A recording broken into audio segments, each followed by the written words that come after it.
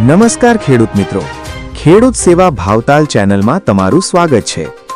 અત્યારે માર્ચ મહિનો ચાલી રહ્યો છે, ત્યારે દરેક ખેડૂત મિત્રોના મનમાં એક જ પ્રશ્ન છે કે આગામી 2026નું ચોમાસું કેવું રહેશે? શું મેઘરાજા આ વર્ષે પણ હેલી કરશે? તો આજે આપણે જાણીતા હવામાન નિષ્ણાતોની આગાહી અને વૈજ્ઞાનિક સંકેતો વિશે વાત કરીશું। મુખ્ય મુદ્દાઓ: હોળીના પવનના વર્તારા। મિત્રો, તાજેતરમાં હોળીના દિવસે ફૂંકાયેલા પવન પરથી અંબાલાલ પટેલે મહત્વની આગાહી કરી છે। હોલિકા દહન સમયે પશ્ચિમ અને વાયવ્ય દિશાનો પવન જોવા મળ્યો છે, જે શાસ્ત્રો અને લોકવાયકા મુજબ સારા વરસાદના સંકેત આપે છે। એટલે કે આ વર્ષે ગુજરાતમાં મેઘરાજા મન મૂકીને વરસી શકે છે।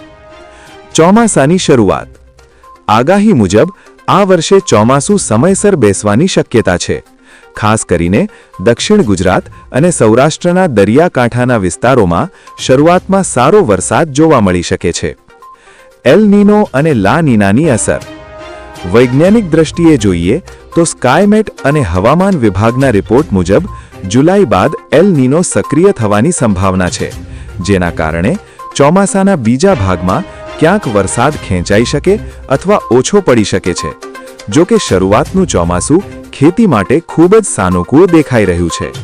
તો ખેડૂત મિત્રો, અત્યારના સંકેતો તો ખૂબ જ સારા છે, પણ સત્તાવાર આગાહી હવામાન વિભાગ દ્વારા એપ્રિલ મહિનામાં કરવામાં આવશે। હવામાનની પળેપળની માહિતી માટે અમારી ચેનલ ખેડૂત સેવા ભાવતાલને અત્યારે જ સબસ્ક્રાઇબ કરો। વિડિયો ગમ્યો હોય